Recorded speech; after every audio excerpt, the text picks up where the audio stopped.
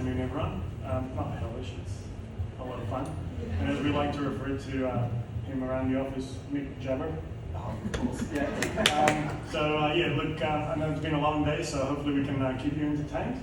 We'd like to talk to you, as mentioned, about lessons learned from the hundreds of HCM and other technology-enabled transformations that we've done. So we'd like to do a bit of an interactive thing to start off with. So how many of you have been involved in an HR payroll workforce management transformation? That's quite a lot. So you've got a lot of experience. That's good. So what we like to do is usually there's a lot of studies done on this about whether they're ineffective, abject failures, or successful stories. So without showing you the figures first, what I'd like to tell you is what we see as a failed project, and there's a follow-up question for the first one, right? So usually implementation either stopped, time and money wasted, benefits unrealized. That's an abject failure, I would say. Costly and ineffective, completed over time, over budget, reduced scope, some disruption, reduced adoption, and that kind of stuff, and then partial realization of benefits. So you still get some positives, but you're not happy about it, or you're not super happy about it. And then successful, obviously, on time, on budget, you're a superstar, there's processions for your entrance into the organization, and you get all the benefits realized, which is what you're really hoping for, right? After millions of dollars that you probably spent on it. All right, so, sorry, I went too up. I'd like to know how many of you have had a failed project before? You can put your hand on. To be honest, it's not being recorded. Right. This is a few over here, a few over there. Yeah, we understand. Small number.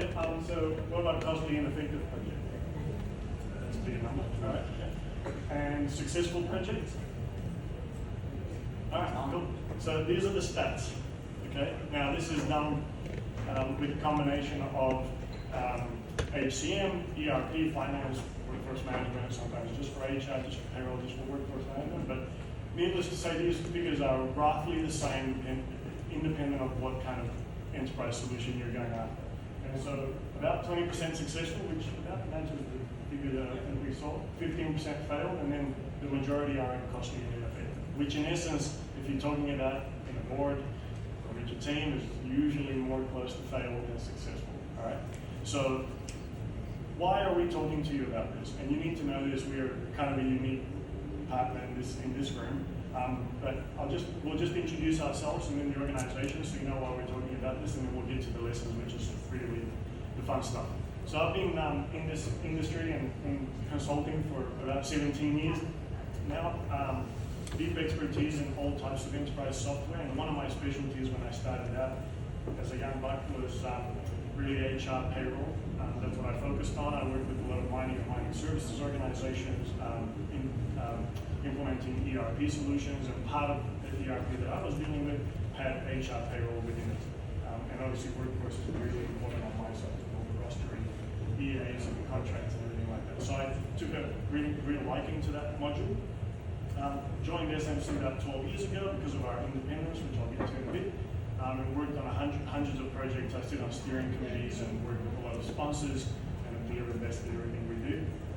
Experience on both the vendor side, which gives me a unique view, and really passionate about helping organizations, predominantly leaders within organizations, make a name for themselves through successful projects. Right? Thanks, Midland. Mike Jabour, perfect pronunciation, so well done. So similarly, I've been doing this for as long as I can remember, so well over 20 years of doing this sort of work. I started building products from the ground up, so I got to know everything about how they worked, why they work, why they don't work, working with clients, customers, and vendors. And then ultimately, I did my time in the Big Four, so I served as a director within the Big Four. My focus was predominantly on helping people make the right choices around what systems they should use, and then I was usually the poor guy that was there right to the bitter end to turn the key and cut the ribbon at the very, very end. And it made me realise that this is actually what I really enjoyed. So I was lucky enough over the last 15 years to spend most of my time in this area, this sort of independent advisory. And I loved it so much that I was lucky enough to join the SMC family at the start of 2020. A very strange time that happened to be, but I was lucky enough to establish the Victorian business right here at the start of 2020. Sorry, Nick. All right, so who's SMC, Solution Mindset Consulting? So we were established in 2006, so almost 20 years in business. The basis that we were established on was to be 100% independent of software and implementation partners. So that's really unique about us. We don't sell software and we don't technically implement it. We are client-side consultants. About half of us come from the Big Four and big consultancy, and the other half come from ERP, HR, payroll, and industry focused. We've done over 600 plus projects, probably close to 700 now, 200 plus HCM projects, 6 locations around Australia. We've also got resources in New Zealand and in Tasmania. And we've got Australia as well, right? Yeah, no, I understand. 1,000 plus years of experience, which I only got a little bit of. All right, so why do we get involved with all of this stuff? And what are most of the conversations that people have with us when they're asking us to come in? And what are the drivers for this need for HR picture? And we've noticed, just to kind of a bit of an anecdote, since 2020, I know Jane, the CEO, and myself have seen such an uplift in inquiries about HCM and payroll and workforce management. There's a real focus on integrating employee engagement inside organizations. And I don't know if it was because of what happened in 2020 or late 2019, and then what happened in the next 2 years, but something's changed in the landscape where a lot of people are focusing on modernizing platforms, increasing the engagement with their employees and their contractors and casuals, and not just people that engage with the organization. Their systems are mostly either really antiquated, they've got inefficient processes, mostly manual, they can't get any data out of their solutions, and they've got frustrated staff, which I've already spoken to a few of you. And there's significant technology advances, especially in artificial intelligence. How do you get the most out of that? It's a bit of a fad word, to be perfectly frank. Everyone talks about AI. It's really not there yet, especially in our region. So it's kind of like being practical about that. And then supporting business strategies. So these are just some of the main reasons why people get us involved. And you can see there's a lot of really good intentions around why people want to do these projects. And really, what is modernization? Because everyone talks about modernizing and why do we want to do it? Typically, it's one of these 4 reasons, right? So they want to accelerate the growth that they're experiencing, especially after COVID happened, that a lot of the companies went through massive growth. Increased profits, employee satisfaction, so increasing the engagement, but also how satisfied they are with the organization, and then retaining customers. And your employees are one of your stakeholders or one of your customers. They receive engagement from you, and if they don't get good enough engagement, they'll leave and go somewhere else. So it involves digitizing, automating, innovating, and just keeping up with everything that's happening with technology. So a transformation, what we noticed, especially in the last half a decade, is HR used to be seen, now this is not the reality of what HR is doing, but really what we've seen is move more from an administrative type function to more of a strategic data analytics and real value added to strategy and how you move the organization forward. Because through automation, a lot of the people that you do keep, you need to make sure that they are really future thinking, modern, they're focused on improving the organization, and you get the most value, and you give them the most value by being involved. So it's really, it fuels people's outcomes and your organizational success, right? So it's important for you to be a strategic powerhouse inside the organization. Tech spending, so there is a significant impact and value through technology, but you need to do it right. Okay? And why people fall into those 2 buckets at the bottom of that previous slide that we spoke about is because oftentimes you have the best intentions, but you don't approach it necessarily in the best way. So maybe you don't prepare well, maybe you don't select well, maybe you're glitz and glamour of the sales messaging of this software. It's such a great software, let's just get that, I'm sure it will solve a whole lot. Right? So what we like to do, well, first of all, would you like to hear about the lesson learned, or just stop now and to the break? All right, so we'll go through that. So, Mike? Perfect. So what we'd like to do is just to share a little bit of the things that we've learned over the journey. What's the old saying? We've seen some of the mistakes, so you don't have to. And ultimately, one of the first things around, and this seems so obvious, get the alignment, get all the vision, get everyone together and be committed. It sounds so obvious, but the number of projects that Mila and myself have seen over the journey, having done hundreds of these things, is it doesn't just happen. And so it's really important that you get the right sponsor for this project, and it doesn't necessarily mean it has to be the person that's in charge of this particular department. And really, it's not necessarily the person that's in charge of technology. You want to make sure that what you're doing is totally in line with where the business is going. If you don't have those alignments at the start of the project is not going to be successful. I've seen projects myself where the board wants to go in that direction and the management are going in this direction, and honestly, once that ship starts sailing down this way, it's very hard to course correct. And as we always talk about, course correction costs a lot of money. So it's really important everybody's clear about what this thing is going to do. What's it going to solve? What's it not going to solve? How much do we want to spend? Who's going to be involved? What are the parameters that are in, the parameters that are out? I know I can say this 1,000 times and I haven't said it enough times. So it's really important to make sure everyone is together, clear, and we do a lot of that work up front to make sure we're all clear where we're headed. So I know it sounds so obvious, but honestly it's one of the most important things you can do on a project like this right at the start. The second lesson really is, this is a business project. Everyone in your organization, even if all their impact is leave approval process, and that's all they get on employee self-service. You might have thousands of employees and they only have 1 or 2 functions. They are impacted. What you do matters. So it's a business project, not a technology project. And what we also mean by that is, the common belief is that if you get a piece of technology that's modern, and surely they do it better than us. They've done this hundreds of times, and thousands of times, and a lot of organizations have more complex processes. But that's not the case. It's not a silver bullet. Maybe you need to tailor the solution to match what you're doing in the organization. You all have a secret sauce to how you handle your people and your organization's human capital. So you have to tailor the solution and you have to work with it, and you have to understand that everyone is impacted. So you have to take certain approaches to address that, right? You have to manage the transformation for people. You have to embed the solution and make sure everyone takes it up, right? So really important. This is a really important one. Do your due diligence before jumping out and selecting software partners. I used an analogy in some of the discussions earlier today. You don't just run down to the car lot and go and buy the car. You want to work out what your requirements are first. Do I need this many seats? Do I need air conditioning? Do I need this type of engine? You actually need to do the same thing when you're picking your solution. You don't want to do what we would call analysis paralysis though. Don't boil the ocean. Don't think of every tiny little thing. But make sure you do your homework. Be really clear about what it is you're looking for. Because in the end, you don't want a vendor, promising you the world and delivering you an apples, right?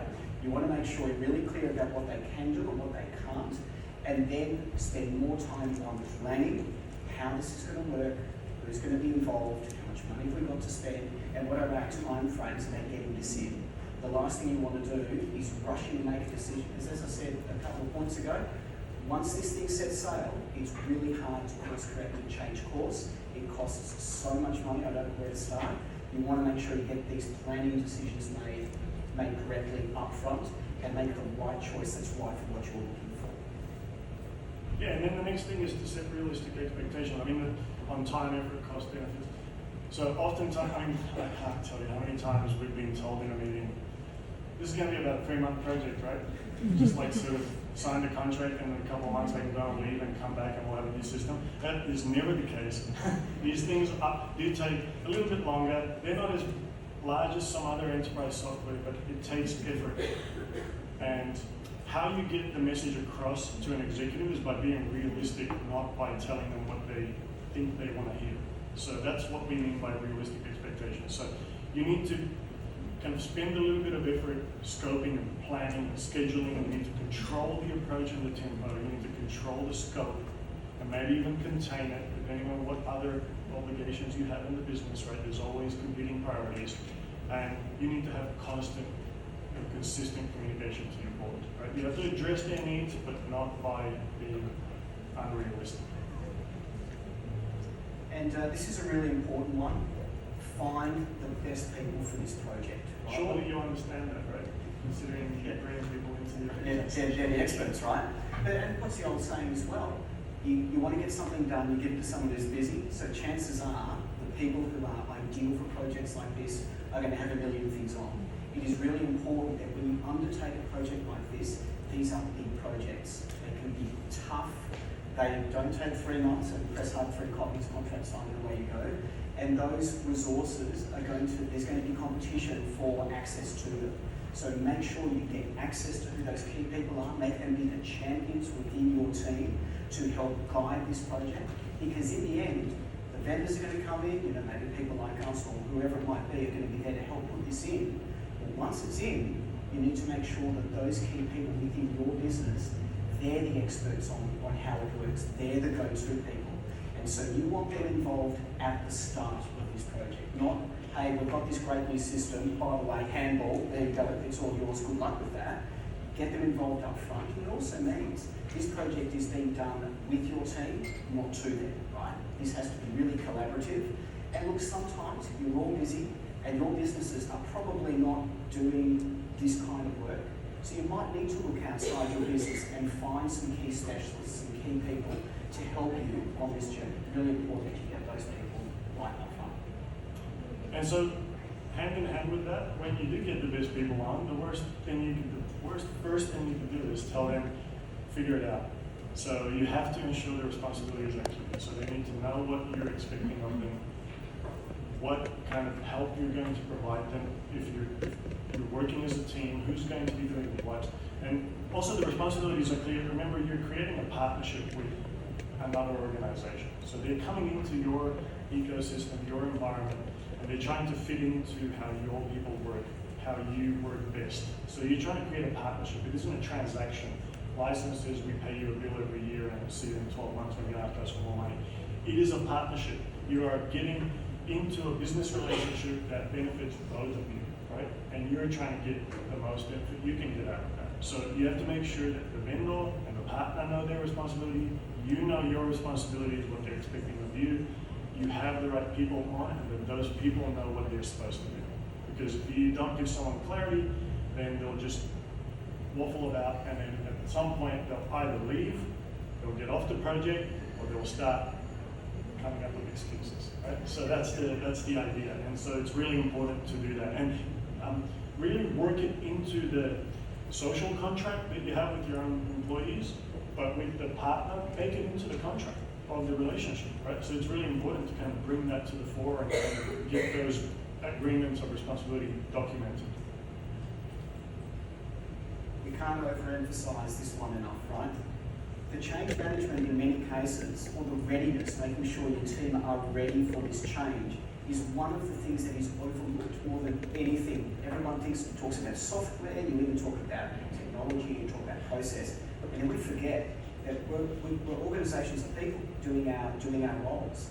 And the way that your people are going to work will change from pre-go live to post-go live. The way they work will change. So if they're not prepared and they don't know what's required of them and they haven't been involved in this project, as I mentioned before, from as early as possible, then the business might have this fantastic new technical solution that no one knows how to use. And I've seen this so many times. Oh, we've got this wonderful system over here. Oh yeah, how's that going? We never use it. We stay using our Excel spreadsheets and our Word documents and our emails. That's pretty common, right? And the reason is because we haven't done the preparation up front on how we're going to use it, and then making sure your team are along the journey and transition to a new way of working. It is not a technology solution, it's a new way of doing your job. So you can't overinvest in this. I've seen technical solutions that haven't worked because people have ignored this one. So it's a really important approach to ensure success. Just one thing to add to that is it's really important to take a pragmatic approach. So change can be overcomplicated, and you can focus on terminologies and frameworks and methodologies and all these fancy names for what you need to do. It's really keep it simple, but focus on the right activities to do to embed the change. Okay? And that's what we really believe in, is in a pragmatic approach, which usually is a hybrid of a variety of frameworks, right? And not overdoing it as well. Right? So the next one is, we're almost getting there, there's only 9 of these.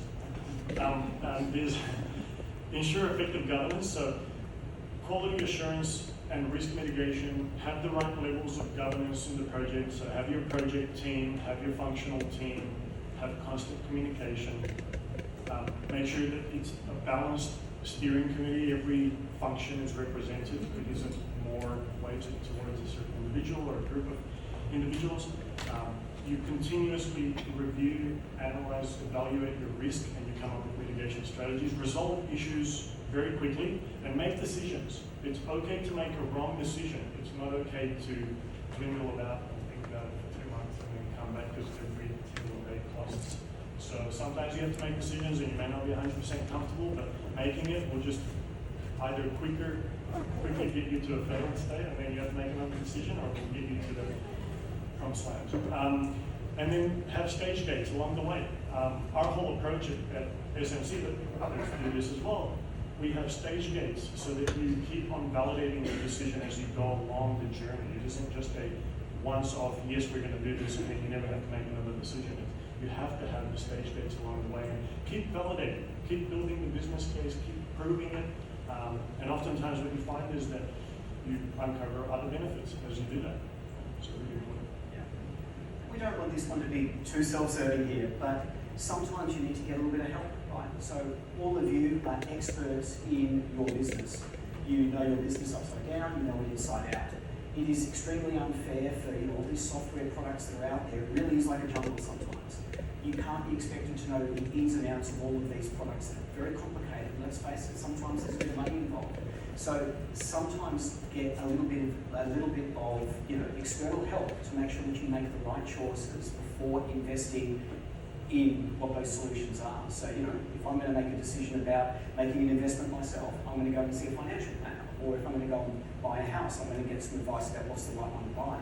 Quite similarly here, and one of the things is that most businesses don't have someone with this kind of expertise just lying around waiting for a project like this. And it doesn't mean you need someone permanently in your business that this is all they do. So get some help, make sure that it's what you need, as we talked about, being really pragmatic about it, get them in to help you, get the outcomes you're looking for, and then you've got that knowledge internally, and you've got just the amount of help that you need. So it's certainly worth considering before embarking on projects like this, which aren't easy. So just a quick recap, and I believe this is going to be shared, or some of these slides will be shared after the presentations. You don't have to memorize them. I'm just going to write furiously on your notepads. But the executive alignment on vision and commitment, business project, not a technology project.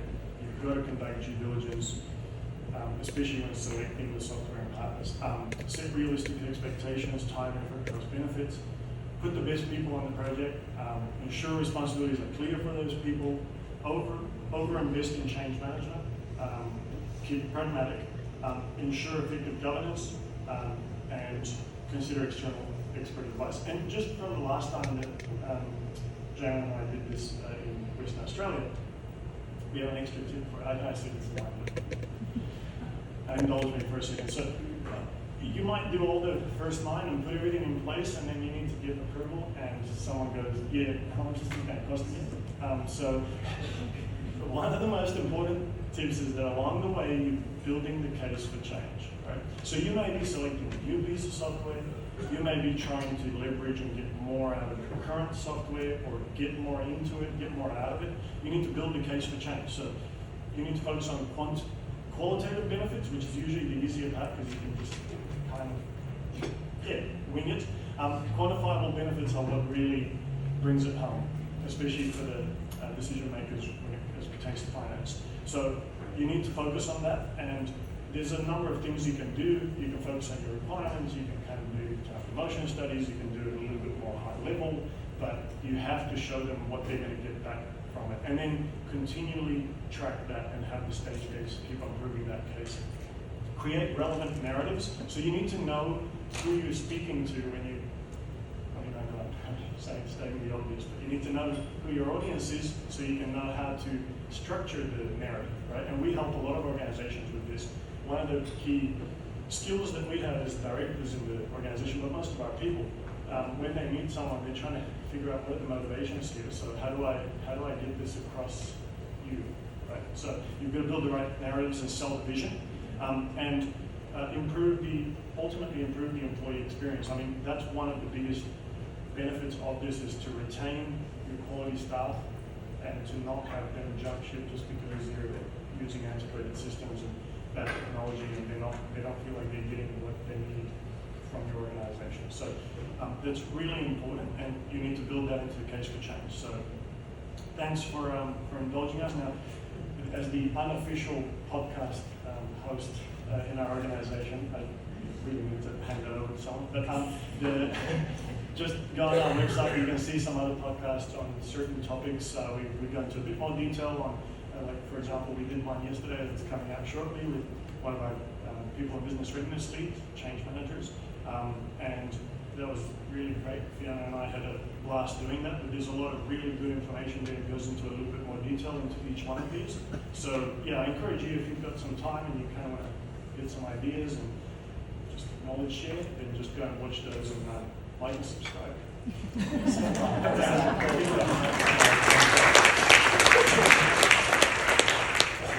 Absolutely fantastic. 10 lessons. Clearly practical lessons from your from SMC's real world experience amongst the team, and some really helpful hot tips.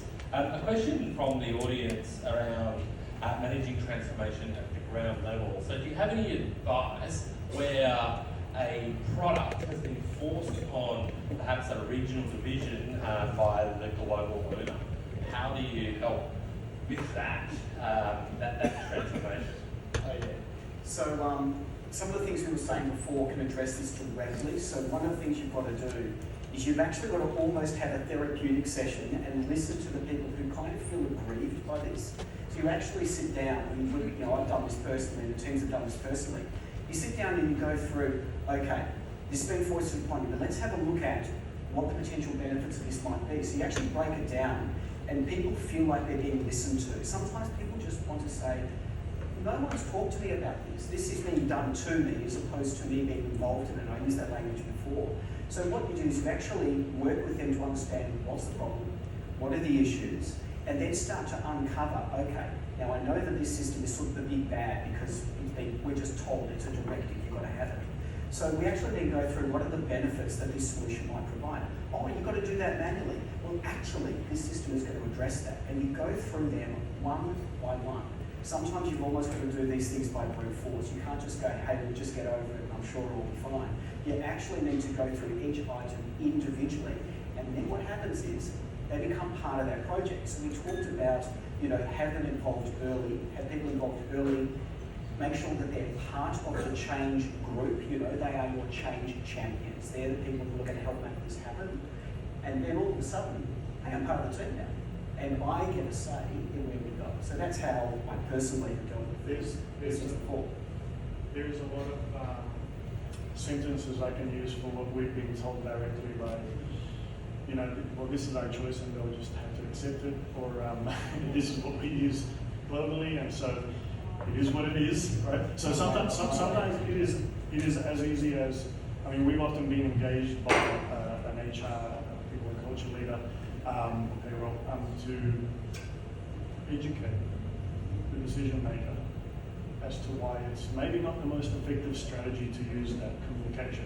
And so we do a lot of education work on what it means to have HCM, because a lot of individuals and organizations see it as purely a technology project. And so what they think is, well, all they need is the technology, right? So that they can just make it work.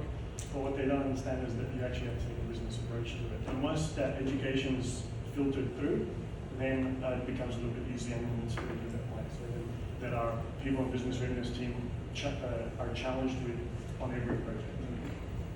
Yeah, nice. Yeah. And you touched on scoping earlier and the importance of scoping. What about the discovery process as well? Could you expand on the importance of that discovery and scoping process, and also on mitigating the risk of scope creep, creating a Frankenstein project, perhaps? Great question. So the discovery process is really important. So one of the things you want to do early on And I think I've spoken to a few of you in sessions earlier today about this. Before we start thinking about software, before we start thinking about licenses and functionality and screenshots, let's work out what we're trying to accomplish first. So let's look at how you're working. Let's look at your process. Let's look at what's working in your process. Let's look at what's driving everyone completely back in the process. And actually start there first. Because what that does is it helps work out, firstly, the problem we're trying to solve. And from that comes our business requirements. And then we start taking shape around what it is that we want to do. Because if you don't do that discovery early, then what you start writing is a shopping list. I want the software to do this, this, this, this, this. And you know what that does?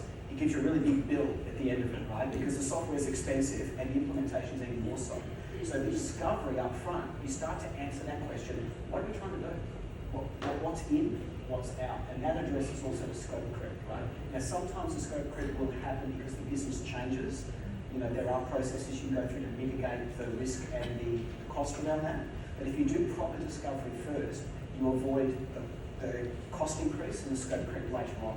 And the clearer you are before you go out to market, and it needs to be system agnostic, right? It's best practice. Good practice is, I think, said best practice. It always changes and evolves, but the good practice is to do it system agnostic. So don't base your decision on what you need based on technology.